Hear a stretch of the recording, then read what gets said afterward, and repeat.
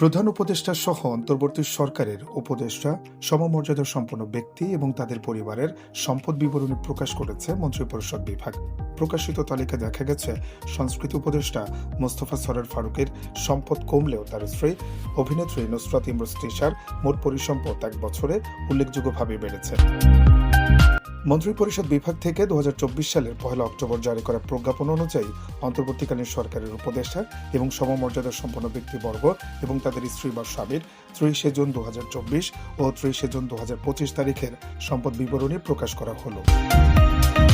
অন্তর্বর্তীকালীন সরকারের উপদেষ্টাদের সম্পদ বিবরণী অনুযায়ী 2024 সালের 30 জুন তিশার মোট পরিসম্পদ ছিল 1,40,81,607 টাকা। এক বছর পর 2025 সালে 30 জুন তা বেড়ে দাঁড়িয়েছে 2,99,89,501 টাকায়। সেই হিসাবে এক বছরে তার সম্পদ বেড়েছে 1,59,07,641 টাকা।